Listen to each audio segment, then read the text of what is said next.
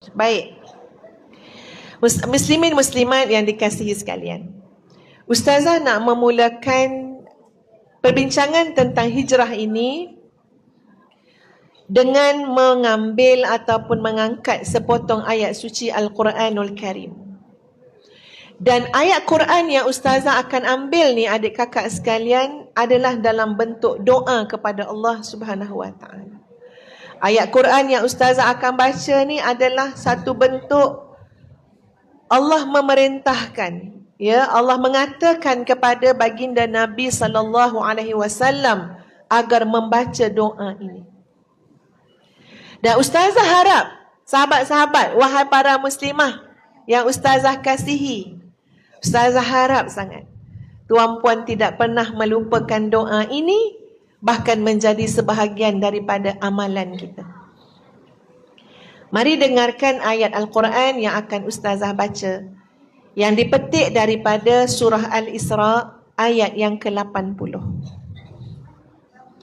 A'udzu billahi minasyaitonir rajim. Wa qur rabbi adkhilni mudkhala sidqin wa akhrijni mukhraja sidqin waj'al li min ladunka sultanan nasira. Siapa yang hafal dan amal angkat tangan. Tak apa, tak ada riak-riak pun, Ustazah suruh. Tak naklah angkat saya nanti riak. Tak riak, ini jawab soalan. Siapa yang hafal dan selalu amal? Angkat tangan. Ustaz nak tengok. Tinggi-tinggi. Yang tak angkat tu senyum je. Senyum manis-manis. Ya. Okey, Alhamdulillah. Alhamdulillah ada di kalangan sahabat-sahabat kita yang angkat tangan. Ustazah faham. Muslimat ni terlampau banyak dah doa-doa. Ya, tertinggal lah Ustazah. Lupa dah lah banyak sangat doa. Allahumma hdina fiman hadait. Doa kunut kan, ya. Tapi Ustazah nak cakap tentang peri pentingnya doa ini. Ini doa untuk orang hijrah, adik kakak sekalian. Allah perintahkan pada Nabi SAW baca doa ni. Bahkan ada di antara ulama yang memberikan penjelasan bahawa maksud doa ini maksud ada penjelasan daripada ulama yang memberikan maksud doa ini keluar masuk yang disebut dalam doa ini. Maksud dia apa dia? Kamu keluar daripada Mekah dan kemudian masuk ke dalam kota Madinah. Keluar daripada keadaan yang sangat sulit kepada kamu. Ya, keluar daripada keadaan yang sangat sulit kepada baginda Rasulullah sallallahu alaihi wasallam kepada satu bentuk kemenangan, keluasan, kelapangan, kejayaan, iaitu berpindahnya daripada kota Makkah ke kota Madinah. Bayangkan di sebalik doa ni. Macam mana keadaan Nabi sallallahu alaihi wasallam semasa dekat Mekah, adik kakak sekalian, ya Allah, sampai waktu tu ada pernah satu fasa sampai 3 tahun di pulau, sampai 3 ke 5 tahun di pulau. Makan tak ada. Dengan orang tak nak bercakap. Berurusan urus niaga, orang tak nak beli dan orang tak nak jual.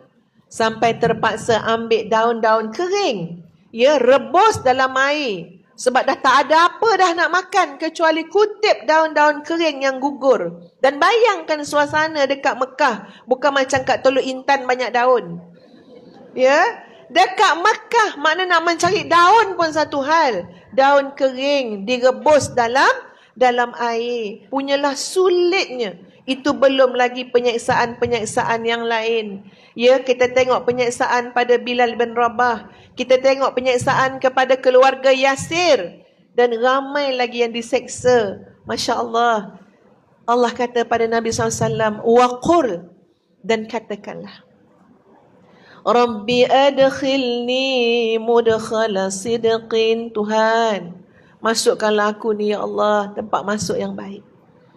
Wa akhrijni mukhraja sidqin, dan keluarkanlah aku ni, ya Allah, tempat keluar yang baik. Waj'al li min ladunka sultanan nasira. Dan jadikanlah bagi aku ni ya Allah, daripada sisi engkau, kurniaan daripada engkau, pemberian daripada engkau, bagi aku kekuatan, pertolongan yang tak dapat dikalahkan. Jadi Masya Allah, subhanallah adik kakak sekalian, hijrah bukan benda yang mudah, betul tak? Senang ke nak hijrah? Senang ke nak berubah? Dalam konteks kita sekarang, bukan bermakna ustazah, akak nak berhijrah ustazah, bawa akak pergi KL. Bukan itu maksud dia. Bukan suruh acik-acik pindah tinggalkan Teluk Intan pergi duduk dekat KL. Tak. Bukan itu lagi dah maksudnya. Tapi maknanya adalah berubah daripada tak baik kepada baik. Kalau dah baik, nak jadi yang lebih baik. Itu maksud dia. Soalan daripada ustazah untuk muslimah. Senang ke susah nak berubah? Dengan muka-muka jawab tu. Susah. Maksud dia memang susah. Susah. Susah kalau tak ditolong oleh Allah. Susah kalau tak dimudahkan oleh Allah. Betul. Sebab tu kalau ada orang baik, rajin qiyam, rajin baca Quran, rajin jaga solat sunat rawatib dan sebagainya, rajin sedekah, jangan sombong. Jangan berasa hebatnya aku ni. Tengah-tengah orang Teluk Intan semua malas, aku seorang je rajin. Jangan rasa macam tu. Kenapa? Subhanallah, ketaatan dan ibadah yang kita buat ni adalah hasil daripada rahmat dan pertolongan Allah Subhanahu Wa Taala. Biar dengan ibadah, dengan ketaatan, hati kita jadi lebih tunduk kepada Allah, lebih malu kepada Allah, ya, lebih rendah hati dengan Allah Subhanahu Wa Taala. Bukan merasa akulah yang terbaik, aku yang terhebat. Kenapa? Kalau Allah susahkan, kalau Allah tak bantu, kita tak mampu. Betul tak? Mampu tak nak bangun malam kalau Allah tak mudahkan? Takkan. Sungguh saya kata.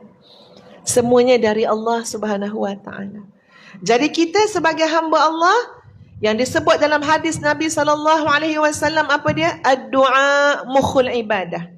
Kalau kamu nak tahu penghulu kepada segala ibadah, penghulu dia, sebutlah semua nama ibadah. Ibadah sunat ke, ibadah wajib ke, sebutlah yang namanya ibadah. Penghulunya adalah berdoa. Ya, penghulu. Yang nak memimpin hijrah kita ni, yang nak memimpin amal soleh dan ibadah kita ni, apa dia?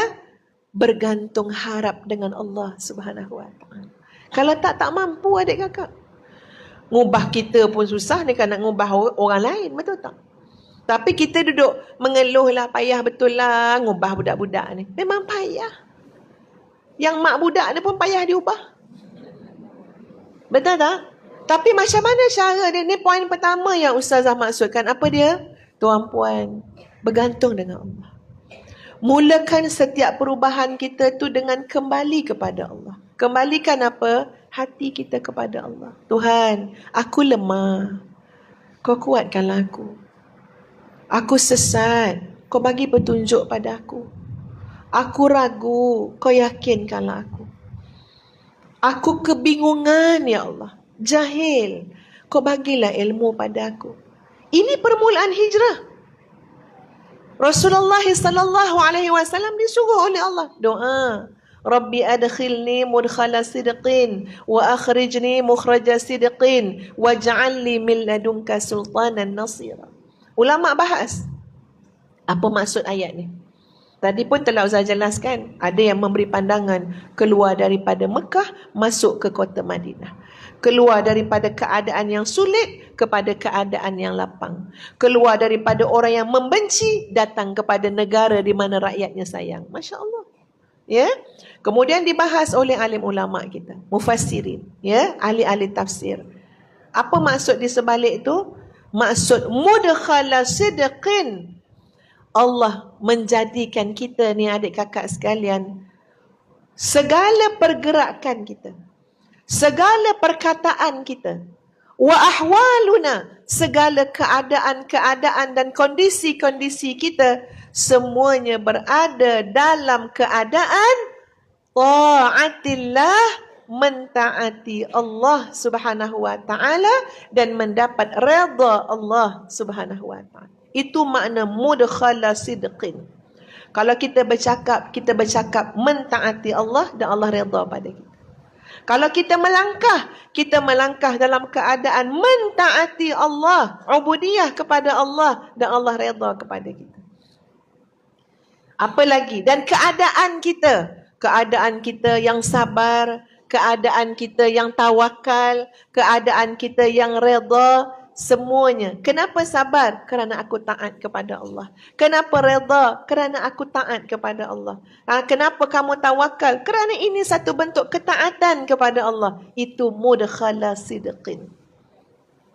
Sangat hebat doa ni adik kakak sekalian.